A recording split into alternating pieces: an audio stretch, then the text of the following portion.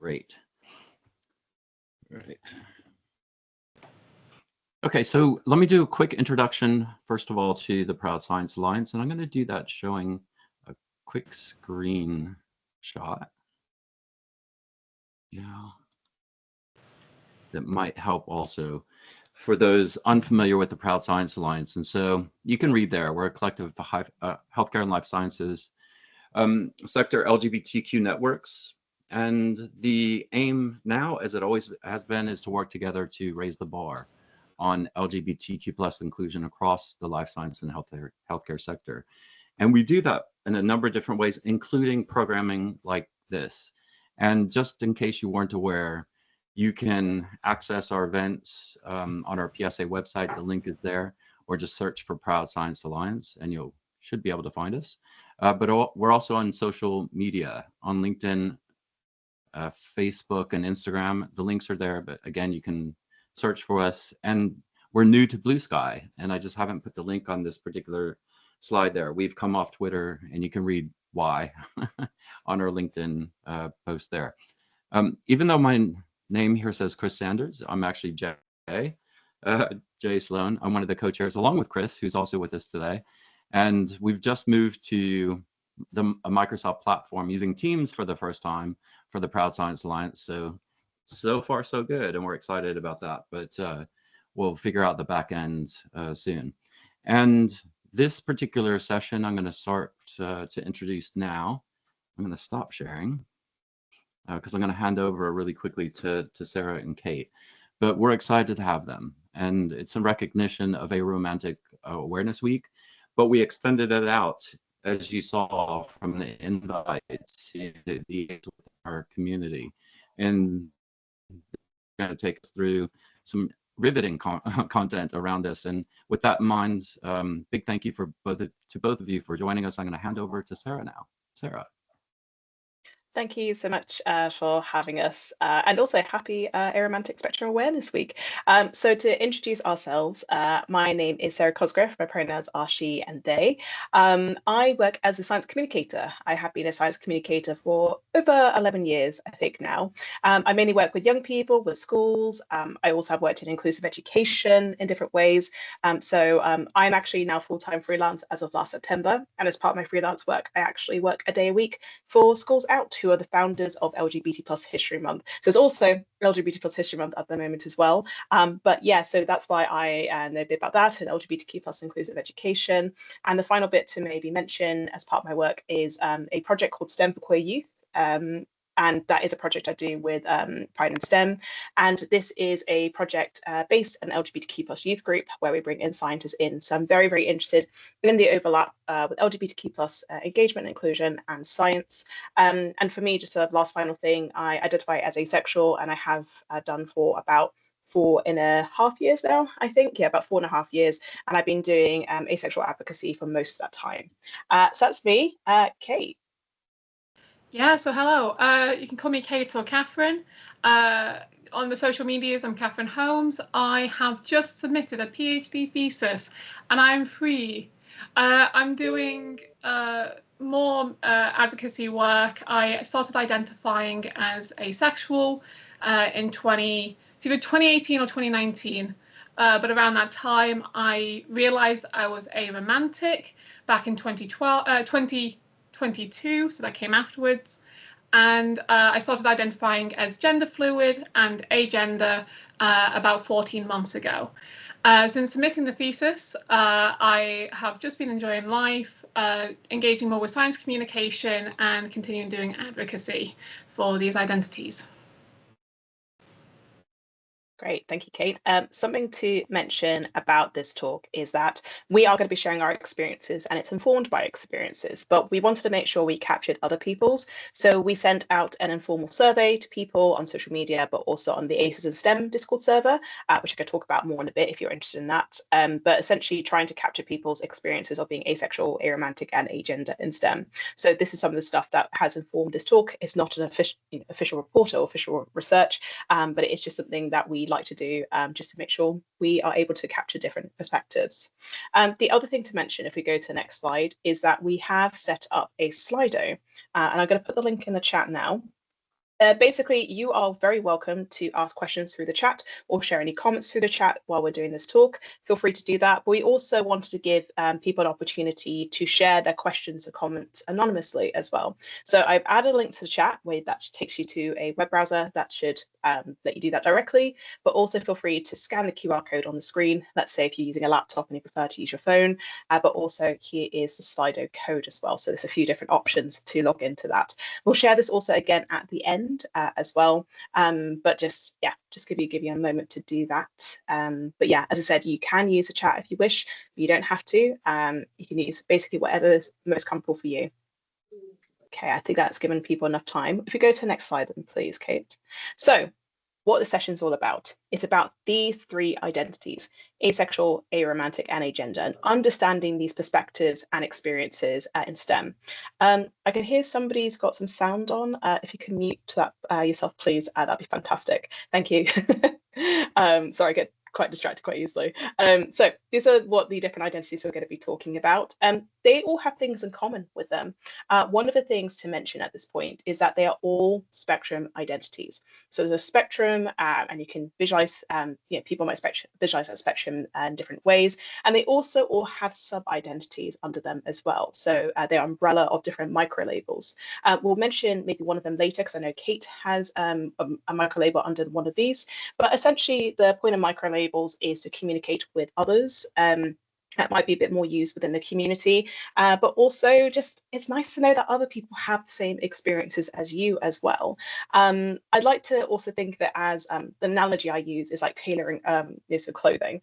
You go into a shop, you might be able to find something in your size, and it'll do. It fits fine, it'll do.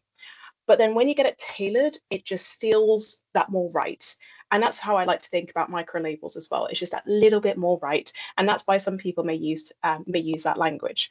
We're not going to share that language today, but we do have some resources if you do want to read more. It's just making you aware that you do have sub-identities under each three of these labels. But the thing that we're also going to be looking at today, as well as these individually, is the overlap. What do these overlaps look like in different STEM professions? So yeah, and I think that's a thing that we don't really get seen talked about a lot. I might see the overlap between asexual and aromantic, for example, talked about, but not necessarily all three of these, especially within STEM as well. And there isn't really any research looking at all of these three and their experiences in STEM either. So if we go through the different definitions, the other thing you'll also find that they all have in common is the letter A. So the A in LGBTQIA, and the A is a prefix for without or not, so it comes from the Greek. And that's the things that all three of these have in common. It's about experiencing little to no of something. So if we start off with the first word, which is asexual. So asexual, the definition we tend to see in the community is this one: someone who experiences little to no sexual attraction. So this is one that's defined by AVEN, the Asexual Visibility and Education Network, but there's one that I prefer a little bit more, and this is a bit more personally, and it's this: someone experiences little to no sexual attraction and or sexual desire. Now, the first definition is still quite broad, it's still quite an umbrella, takes into account the spectrum, but I think this one just does it a little bit more. And people's experiences with being asexual and under the sort of asexual spectrum, but also how they come to realize they're asexual. Sometimes the last bit, so and or sexual desire, their little to no sexual desire, that might be their way in which they might figure out that they are within the asexual spectrum. Some people might be more the former, some people might realize between the two. So yeah, people might describe their experiences differently, so depending on the individual, and it might be more sexual attraction or maybe more to do sexual desire. So yeah, so that's why I quite like this broad definition. If we go to the next A, very similarly, so thinking about the little to no, that A prefix, someone who experiences little to no romantic attraction and or romantic desire. So we have this sort of to reflect the asexual one. It is a spectrum identity, has different micro labels again, and this is a romantic orientation. So asexual is a sexual orientation. We have aromantic, which is a romantic orientation, but otherwise the definition is pretty much the same. And if we go to the final one, agender. So agender describes people with little to no gender or has a neutral gender. I found defining this one was quite interesting because there was a broad range of different experiences within this as well. So some people who they may not identify with any gender, they may feel no connection to gender, they may feel partially genderless, mostly genderless, dislike the concept of gender. There's a broad range of different experiences under this label here as well. So those are the three sort of definitions. As I mentioned, there are micro labels, these umbrella identities, these are spectrums as well. So to give an example of a micro label under this, Kate, you identify as gender fluid as well as agender, right? Yes, I do. So essentially, if I was to describe my identity, it's I sometimes feel like a woman. I sometimes feel agender. It's essentially, so it's a very gender fluid identity, and the micro label that best suits this in the community is agender fluid or agender flux, or potentially a demi-girl, demi-femme. But I tend to go by just gender fluid and agender. So these are just some examples. Thank you. And as I said, there's some resources we'll be sharing at the end, which shared all these different micro labels, not with the expectation that you'd remember them all. It's more about, oh, this is different ways in which people can describe themselves. So yeah, so that is sort of the definitions. And again, that's like the A at the start, the little to no, that's what you have in common with these. And you could be one of these, you could be two of these, or you could be three of these identities. For me personally, I'm just asexual. If you go to the next slide, there are different models in which we could talk about sexual orientation, romantic orientation, gender identity, gender expression, and so on. Some of you might have come across genderbread person before. This is another one. It's called a gender unicorn. I've seen this being used in educational contexts as well. I will say, just to start off with, that not every model is not perfect. It cannot necessarily capture all the different diverse range of experiences that a person can have. So sometimes you have to make the model work for you a little bit. So in this particular case, as much as I do like gender unicorn, I did change a bit of the language with this because we have physically attracted to and emotionally attracted to as part of this diagram. But I just changed the words just to make it clearer. If we go to the next slide, please, to sexually attracted to and romantic attracted to, which the people who designed this, they do mean that, but with the emotional attraction, you potentially could interpret that as, for example, as platonic, just to give another example of that. But for today's purposes, I just tweak the language a little bit. Sometimes you might have to tweak the model to make it work for what you want to do. But just to break it down, you have gender identity, gender expression, sex assigned at birth, sexual attraction, and romantic attraction. What I quite like about this versus other models I see is you have an arrow pointing in one direction. And for other ones I tend to see, you'll tend to have two arrows sort of pointing in opposite directions. So for example, you might have masculine and feminine at sort of two different ends. For some people, their gender expression may not necessarily fit that as like trying to go along a scale. So in this case, you have, well, actually more of a sliding bar of more or less, rather than going to one towards the other, which is what I quite like about this as well. If I provide an example of what this could look like, we go to the next slide. This is my sort of version of it. The squiggly lines represent me not being necessarily being fixed. So I kind of have a squiggle of like, well, I might be along here somewhere. So with gender identity, for example, something I'm exploring for myself at the moment is whether I could be non-binary. And my experience of being asexual, it does definitely affect the way I think about my gender and my relationship with gender. So yeah, so trying to figure out, is it going to be a non-binary woman? And also the way I might feel around the word non-binary changes as well. So I find for me, for example, that there are days when that feels more true, like it sings more true to me than others, but it is something I'm still trying to figure out. I'd also say my gender expression is both feminine and masculine, at least to me as well. And the days, you might find it's more feminine or masculine as well, depending on the day. But that is something that a two arrowed, so with feminine and masculine at the end, just wouldn't work for me, really. I've got sex assigned at birth, which is female, and then sexual attraction, there's kind of a little bit there, maybe, but I don't think I do at all. But I put a squiggle there to be like, well, maybe it's something that might happen. And a romantic attraction, it's something where historically it has been men, but it is a thing where I'm also questioning, like, is it actually only men? The other thing I also like about this model is it takes into account something we call the split attraction model. And it's something talked a lot within the asexual community. And so this is when your sexual attraction, romantic attraction towards a specific gender or genders don't necessarily line up. So for example, in this particular case, you could be sexually attracted to women, but romantically attracted to multiple genders. You can also be someone like myself who doesn't experience sexual attraction, but does experience romantic attraction, vice versa, or maybe neither of these. And I think this model gives room for that really, really nicely.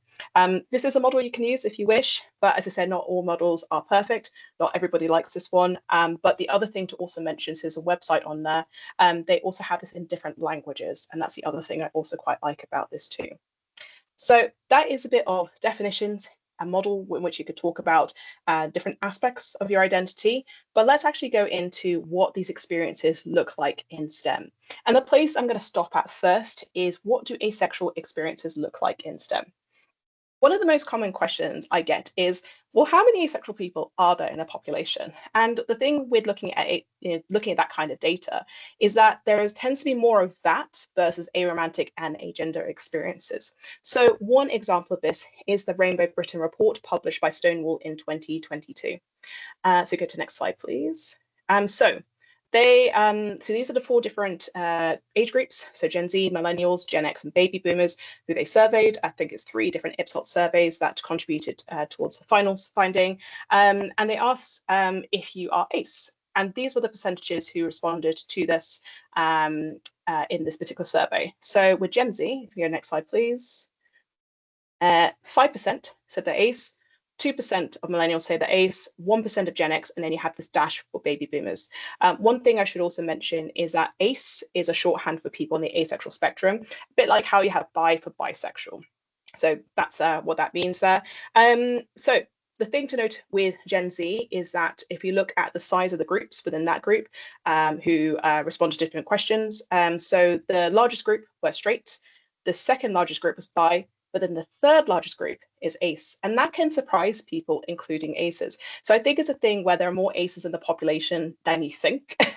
But also the younger you are, the more likely to identify as ace. And one of the parts of that is probably awareness of the sexual orientation. Like for myself, I didn't know that I was asexual until 4 and a bit years ago. It's not something that we talked about growing up. And I also went to school during Section 28. So yeah, so that's something that's affecting my particular age group, which is millennials. There's a dash with the baby boomers. And so I want to have a look at that with the following question that was asked. They were asked a question, and this was an answer for one of them, and it was not attracted to either sex. What we find for Gen Z, we have 3% there, 1% millennials, 1% of Gen X, and then 1% of baby boomers. And so with the baby boomers, they may not necessarily know the language, but they certainly know the experience. And you do find, so with raising awareness of asexuality, that more and more people are coming out in their 40s, their 50s, their 60s, but it tends to be something that, they may not necessarily know the language, but there are ones that do know the experience. Now, why is it that we see less with Gen Z and millennials? Well, there's a couple of reasons that would be the case. The report didn't elaborate on this, but this is more about what I think might be happening here. So for those who responded to the second one, it might be those who are both asexual and aromantic. Whereas for the first one, this may be for people who are just on the asexual spectrum. But the other thing is, as I mentioned, as a spectrum, so you might have some people who might be like, well, I'm not sure, for example, those who may experience sexual attraction sometimes, who may be on the asexual spectrum, may not therefore respond to that second question. So that's another factor that could be going on here. But yeah, it's a good report to have a look at in general by looking at LGBTQ plus statistics. But yeah, this is an interesting finding to find. If you go to the next slide. So I mentioned at the start that we had a survey that informed this talk. I also have conducted surveys, informal surveys through Google Forms for previous talks. And this is a summary of some of the things I found from a talk I did previously of people who are on the asexual spectrum and are working or studying STEM subjects. The first one, feelings of being isolated, feeling like you're the only one. And that can impact you coming out because whether people will understand you, but also the fact you feel like it's just me in this lab. I've also seen the opposite experience where somebody was able to meet other people like them and how positive that was for them. The second part, experiences of sexual harassment. There were a couple that were shared through the form.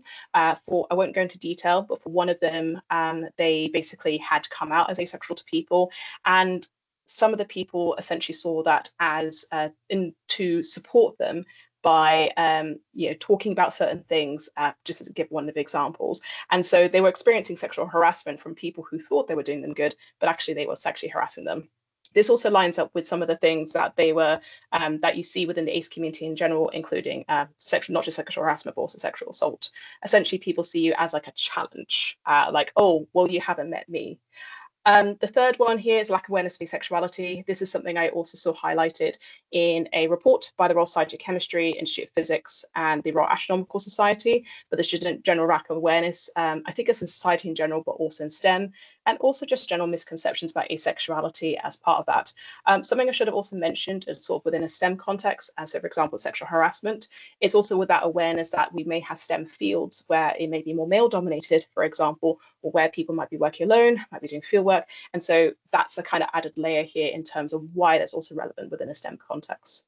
If you go to the next slide, there has been some research that has been published recently by Michael Sanders, Vanessa Hernes, and Yasmin Benoit. Yasmin Benoit is one of the most well-known asexual activists in the UK. And here are some of the things that they found, and this is just published a couple of weeks ago. They basically surveyed some people with some different questions, and a quarter believe that asexuality is a mental health issue. It is still a very medicalized sexual orientation, and this is also including healthcare professionals. The other thing they also found, if you go to the next bullet point, please. 1 in 3 believe that asexuality can be cured. This is especially important to talk about with the banning of conversion therapy in the UK. When we see conversations around that, asexual people are rarely mentioned, in my experience, but also we are at one of the groups who are at the highest risk of being either offered or given conversion therapy as well. And the third thing that this research found is that people did not view acephobia as socially unacceptable. And so with this particular survey, they did it on a platform. There were 400 people. It was on a platform called Prolific, which tends to have people with more progressive values, including LGBTQIA plus people. So it's quite interesting to see this, that just, because we assume, well, if it's a progressive group, maybe they may see this as something socially unacceptable. But yeah, I think the thing I find with this is that people don't necessarily know what acephobia looks like. And I think that's one of the biggest challenges, is that as people don't know what acephobia looks like, there aren't necessarily specific slurs either. So I think this is something that I hope will change. And it's something to sort of think about within inclusion of asexual people. And also when we go to aromantic and agender people, just understanding what things like acephobia look like can inform your workplace. So policies and also inclusive practices as well. So that's all I wanted to say about so the experience of asexual people in STEM. Kate, take it away. Yes, thank you very much, Sarah. So I'm going to be talking about aromantic and then agender experiences with a focus on in STEM. 2 things to note is, like Sarah introduced, we often use the word ace to describe asexuals. You may also use the word aro to describe aromantic people. So if you hear me say aro, that's what I mean. Second thing is happy aromantic awareness week, happening all week. To anyone who's aromantic in the audience, just really celebrate it yourself. You're absolutely wonderful. We have less data on aromantic and agender people in the in research and in reports. So the data I'm going to be largely showing is the cross between these orientations with each other, these identities with each other. So I'll be showing 2 surveys. The top one is the ACE community survey, so surveying asexual people. And the second is the aromantic ARO census from 2020, surveying aromantic people. So as an aromantic person, you do not need to be, it does not need to influence your sexual orientation. This is a separate orientation as Sarah described. However, there are a large portion of people in both communities that identify as aro-ace. So for asexual people in the community survey, we had almost 50%. And for the aromantic aro census, we had just under 3/4 as well. So there's a very large cross between. In terms of the experience of being aromantic, you may find a couple of struggles in the form of lack of awareness. So again, this is similar to asexuality. The lack of awareness of what aromanticism is and the experiences can lead to misconceptions, and a lack of recognition can also mean you end up having to do TED Talks, essentially, to explain yourself, to explain how you feel, and why your actions do not necessarily change what your orientation is. So one thing I like to share is the fact that I'm aromantic, but I have a partner. We're in a romantic relationship, but I identify as aromantic as I've never really felt romantic attraction. I enjoy my partnership because I love this person platonically and I love being with them. So a lot of time it's hard for me to explain to others what it's like to be aromantic, because they assume just from having a partnership you can't be aromantic, but it's about the feeling and the experience, not like the practices. As a result, people may assume that that you may still be, like Sarah said, you might be somebody who needs to engage with relationships and dating in order to fit in to the normal societal models and relationship structures. Largely, in the society in the UK, does like it's not so intense against being single, but a lot of very like systematic things have been created for people to be in relationships for. So there's a compound struggle just from these experiences. In terms of from our survey with regards to STEM, so say you're an aromantic person who does not seek a partnership, who is single, then one good thing that can come from this in terms of being in STEM is you have independence to navigate this difficult career path. Often you hear in STEM, when you're in a relationship, you find yourself in a two-body problem, as in you need to consider the needs of you and another person in order to make very big choices. However, for myself, coming from a PhD, if I want to do a postdoc in quantum physics, I'm expected to uproot myself, go somewhere else in the country, if not somewhere else in the world.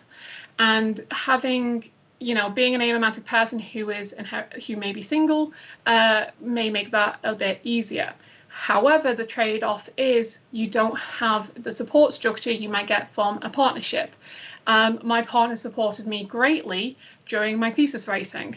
And if anyone's in the audience has written a thesis, you can imagine how difficult of a toll it takes on your mental health. So the challenges are there, but they might be different for different types of aromantic people. Moving on to agender.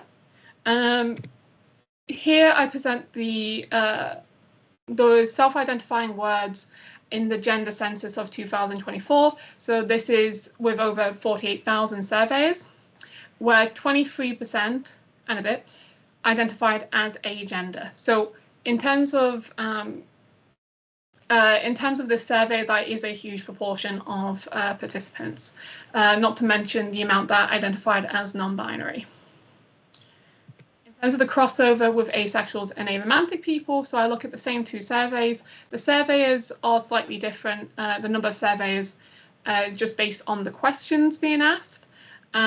So for asexual people, 17% identified as agender, and for aromantics, 21% and a bit identified as agender. There's currently discussions going on within the asexual community about asexual people's relation to gender.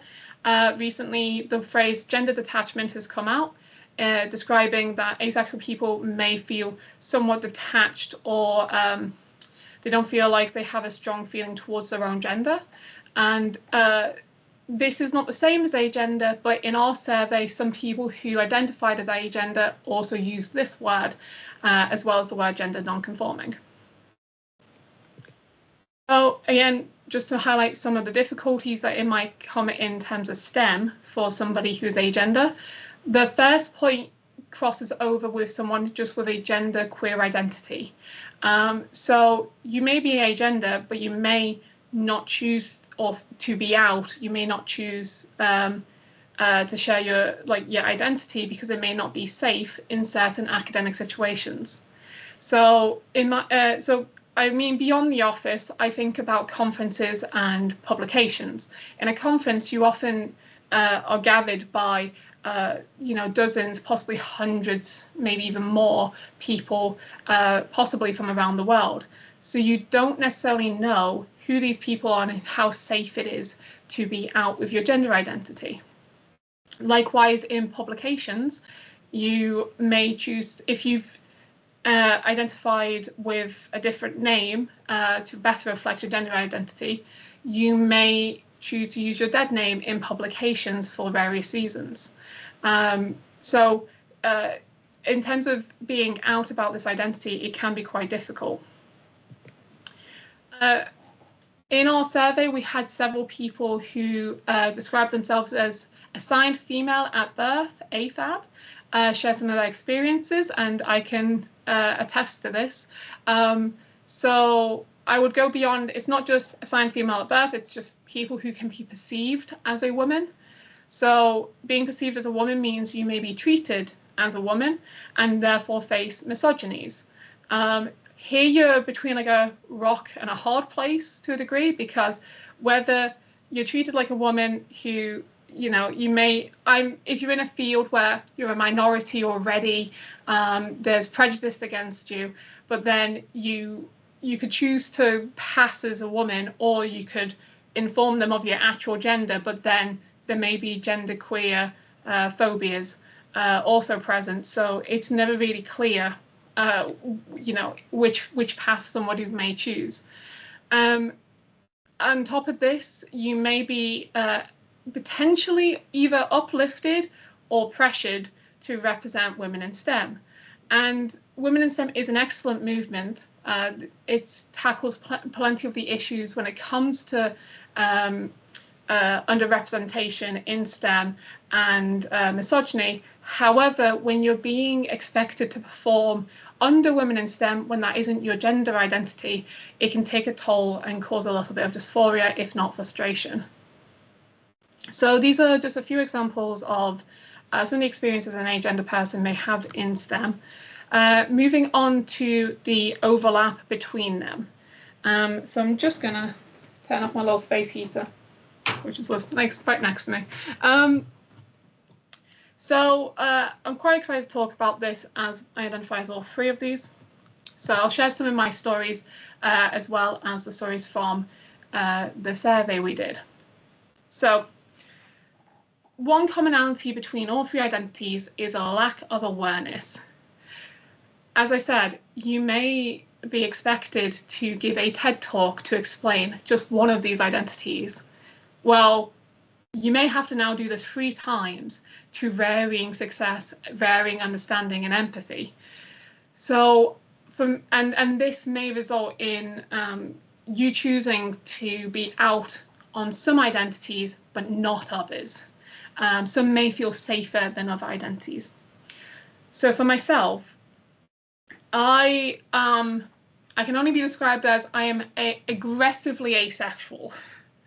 If you come into my PhD office at any point during my experience, you would find flags, you'd find this little guy, you'd find a lot of indicators and pride at being asexual. And I would happily announce that, talk about that with anybody who would be interested. It's something I was very pleased to show off. When it came to aromantic, I can only describe that as a conversation.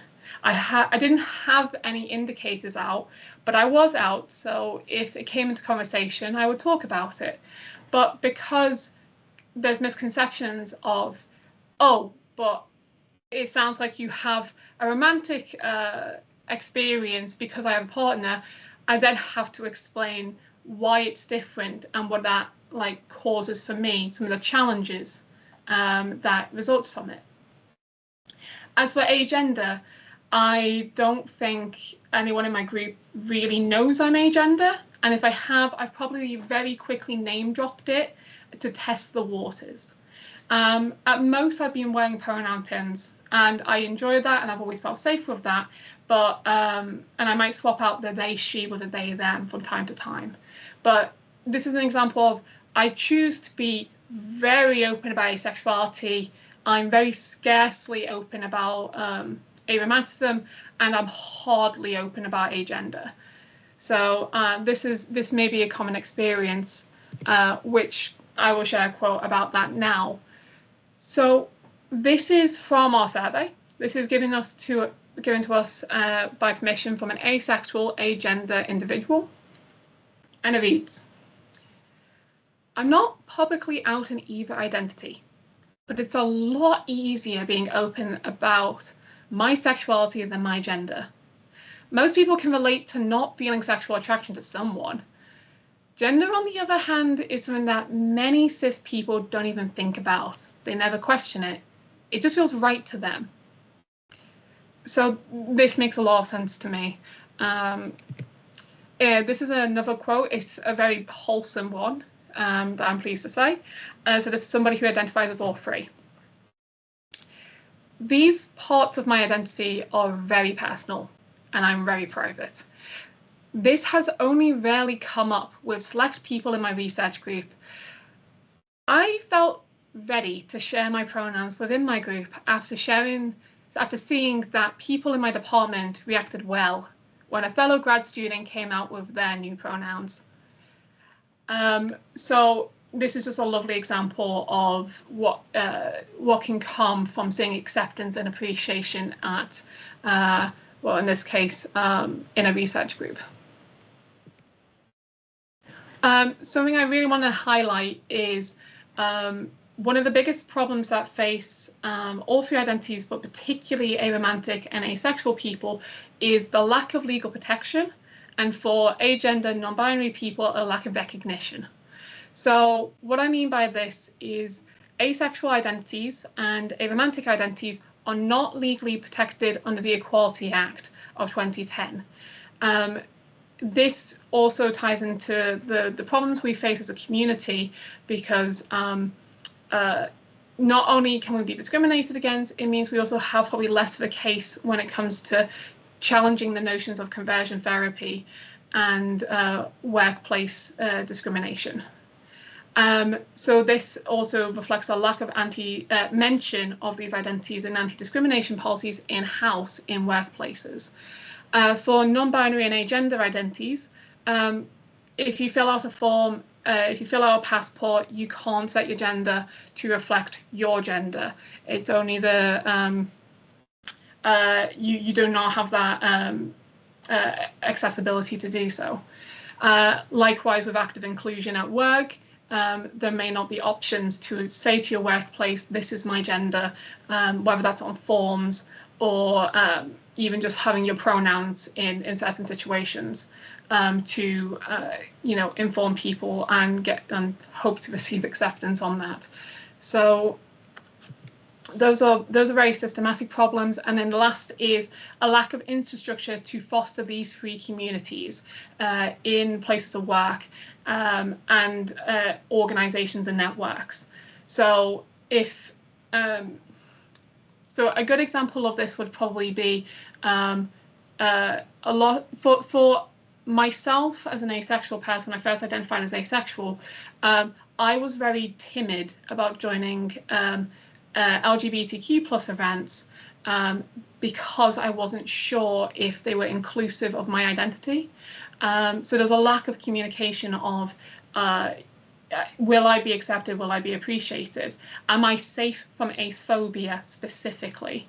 Now, more often than not, they are, but just as someone browsing like the internet, browsing my communities, the lack of explicit mention is enough to turn me off, especially if I'm questioning or I'm just new to the community, as well as maybe a lack of representatives in organizations to see what these communities need and would benefit from. So I think these are the 5 points that I wanted to touch on here. I want to also talk about intersections with identities beyond these three. So we had plenty of people sharing with us about how the other characteristics influence their queer identity. So there's two we're going to talk about. The first is neurodivergency and disability, and the second will be race, which I'll pass to Sarah. So we had, in terms of physical disability in the forms, generally speaking, that did not influence people's identities.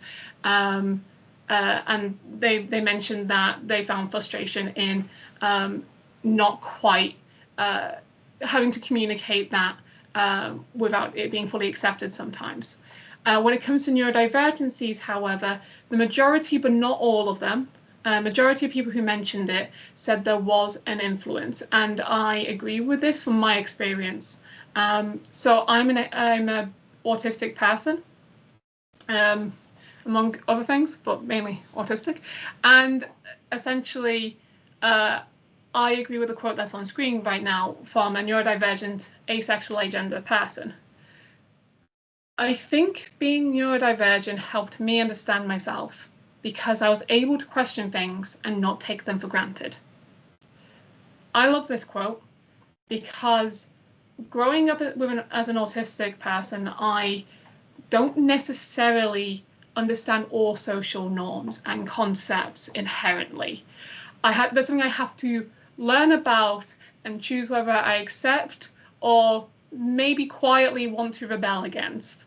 And gender, if we treat this as a social norm, is something that I've always questioned, and I've noticed, okay, girls act like this, boys act like this. That doesn't really make sense to me.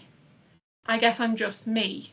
So as an adult, learning more the language, thinking about it a bit more, I identify as a woman when I'm being treated as a woman socially, and I feel like an agender person in a vacuum, or if I'm sitting on my couch and I'm just minding my own business. And so I understand the perspective of neurodiversity helps you to understand your queer identities. I'm going to pass to Sarah now. Thanks. So in the survey, we also had people share their experiences of being a person of colour. Just to talk about this person in particular, they're a Black aromantic spectrum individual. They say here, people do not expect me to be aro, so on the aromantic spectrum. I think a general inattentive to intersectionality makes people think you can only be the thing that's most visibly other about you. And seeing this quote, it reminded me of the experiences I've heard from other queer Black people in terms of their race is very much the thing that people see first, but also the fact they can't be more things as well.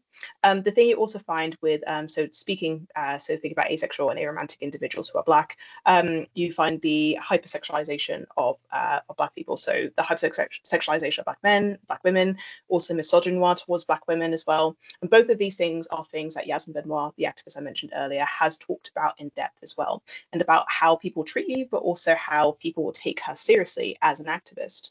But this quote also gets me reflecting about my experience in school. And it's something I've had to try and think and remember what it felt like at the time. And it's quite difficult to remember because it's so long ago. But one of the things I was talking to my family about was the fact that I was in a predominantly white school as a mixed race kid. So I'm Filipino on my mum's side, white, Australian on my dad's side. And the fact that I was already quite different to the other kids around me, I couldn't be more different, really. And I think subconsciously, I tried not to be more different than I already was. And so the idea of even thinking about anything other than straight probably was not an option to me. And that's like another sort of way in which this is what this gets me thinking about and looking at this quote. If we go to the next slide, this quote is from an Asian American asexual spec, aromantic, and agender spec. So all three of these. BIPOC, so that's Black, Indigenous, People of Colour, if you're not familiar with that acronym, are few and far between in the lab tech field. If you're BIPOC and or don't fit a gender norm or can't fit into normal conversations like dating or stereotypical gender convos, you're more likely to be labelled as unfriendly and other negative stereotypes that are unconscious biases for white people. And so, yeah, that's the thing I've also seen in terms of, like, for example, Black women are more likely to get masculinized. But yeah, if you're a person of colour, you're more likely to be seen as aggressive. So you want to be friendly, you want to get on your lab. This also impacts on your career. But if you don't fit into these normal conversations, this is catch-22 of I need to fit into these conversations, but I don't, and I don't know how to participate in them. And also conversations that can make you feel really uncomfortable as well. So yeah, this person here is really stuck. And the other thing to also mention, so I mentioned the hypersexualization of Black men and Black women. The thing you tend to get towards Asian men and Asian women is the desexualization of them. But you get the desexualization of Asian women, but you might get the fetishization of Asian women. And I think of, for example, being in a bar and being told as a mixed race person, you can't put me in a box really. Somebody said, you look exotic, where are you from? complete stranger asking me personal information and also calling me exotic as well. So yeah, that kind of adds, that's just another experience as well that asexual people can experience. That's what I wanted to mention, Kate. There we go. Thank you very much. So we're going to wrap this up with what can we do? What are some positive things to take away from all of this for ourselves and for allies? So the first is to do with workplace.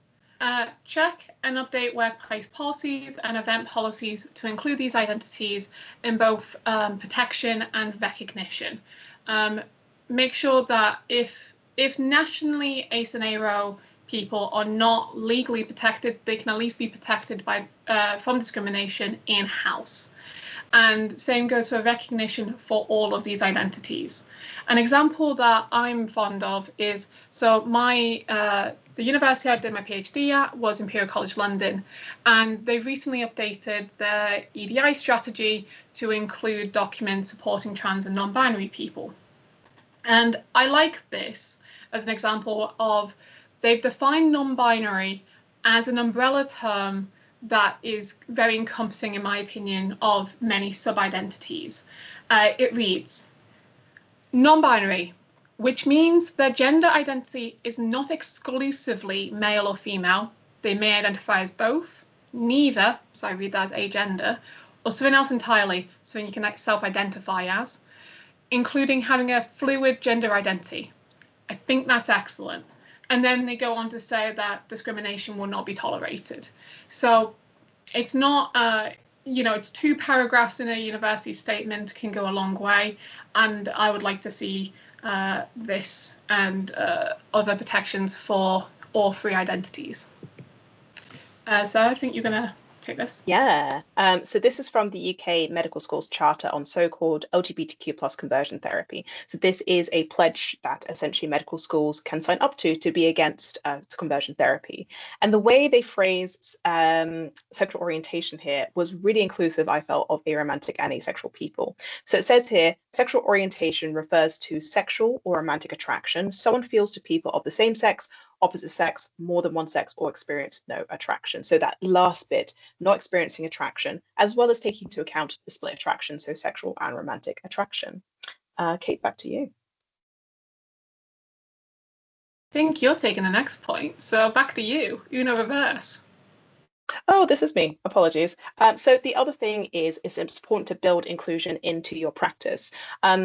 Some of you who may be doing equity, diversity and inclusion work would be familiar with sometimes it feeling like a tick box and a thing that you need to do, whereas it should be something that's part of your everyday. I think about this as a science communicator, that inclusive science, so good science communication is inclusive science communication. It should just be part of your practice, something that you don't think about and stuff that you build in. Now, we do have an example of what this looks like from a teaching perspective. So this is from the resource Gender Inclusive Biology. Now, this has been designed for secondary school, so specifically high school students, developed by trans science teachers in the US. And they've got lots of different resources on their website that people can use. But I really like how they had looked at the language within inclusive teaching practices so that it's trans, non-binary and intersex inclusive and the teaching of biology in school. So they have some words that we tend to be used within the science curriculum, and instead they've given examples of other language you can use instead, and also why we should be using this language. Yeah, this is an example of one of the resources, but embedding into teaching practice can be so helpful. So I think of a quote that was shared with me on the other survey I mentioned, specifically asexual and STEM experiences, and there was somebody who shared that they're a healthcare student, and they said, my field makes me feel like I'm inhuman. And that is a quote that I do think about, of because we're not using inclusive language in the sciences, that's how their field makes them feel, and they're studying, they're not even quite in the workplace yet. But I also want to highlight another example of why it's so important, and also leadership within it as well. So go to the next slide. This is a quote that came from the asexual, agender and aromantic experience survey. So this person said, I was once kicked out of a TA-ship, so teaching assistantship, because I refused to teach steroids as bad. The professor wanted me to teach that testosterone had no medical uses and scaremonger about it, and I refused. That one refusal destroyed my ability to TA my entire department more or less permanently, because that one professor manages all the courses our department teaches. So this is somebody who's affected career-wise, their progression by this, and in fact, they're being blocked off by leadership there as well. So it's really important that when looking at this inclusive practices, it's got to come from a top, it's got to come from leadership. And so people like this individual can share their experiences and share their perspectives to make courses better. But also to not just think about the workplace, teaching is really important. So whether that's through the apprenticeship route or university, although you do have degree apprenticeships as well. If you go to the next slide, please. I think it's back to me. All right, let's wrap this up. So the last point is to reach, build, and maintain community sustainably. So what do I mean by that? So my recommendations, especially for LGBTQ+ networks, is to not make the assumption the people of these groups are already in your mailbox, communities, and networks. So as we've discussed, it's difficult for people of these identities to be out. It's difficult to be confident in a new space and not feel like you might be susceptible of some kind of queer phobia or ace phobia. In terms of reach, my recommendation is to be creative, novel, and aware. So my favorite example is Imperial's student queer network, IQ or QI, one of those orientations. Where back in when I joined for the PhD, I asked them if they had any ACE and ARO socials, and they said they ran one once in 2019, and one person showed up. And since then, they had not run another.